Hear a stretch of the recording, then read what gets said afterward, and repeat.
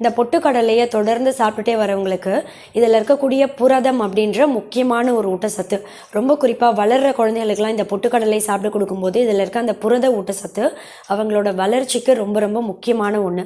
அவங்களோட தசை வளர்ச்சி மட்டும் கிடையாது, திசுக்களோட வளர்ச்சிக்கும் ரொம்ப தேவையான ஒரு ஊட்டச்சத்து இந்த புரோட்டீன் அப்படின்ற புரத ஊட்டச்சத்து.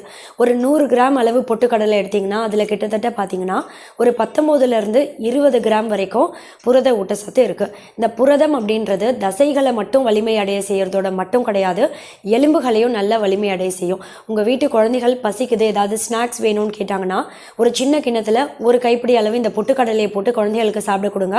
அப்படி இல்லைனா வேர்க்கடலையோட வெல்லம் சேர்க்கப்பட்ட கடலை மிட்டாய் வருது இல்லையா, அதே மாதிரி இந்த பொட்டுக்கடலையோட இனிப்பு சேர்க்கப்பட்ட உடைச்ச கடலை உருண்டைன்னு கேட்டிங்கன்னா கடைகளில் கிடைக்கும். இது மாதிரியான ஆரோக்கியமான சிற்றுண்டியை அவங்க அன்றாட உணவில் சேர்க்கலாம். இந்த பொட்டுக்கடலையை தொடர்ந்து சாப்பிட்டுட்டே வரக்கூடிய குழந்தைகளுக்கு இதில் இருக்கக்கூடிய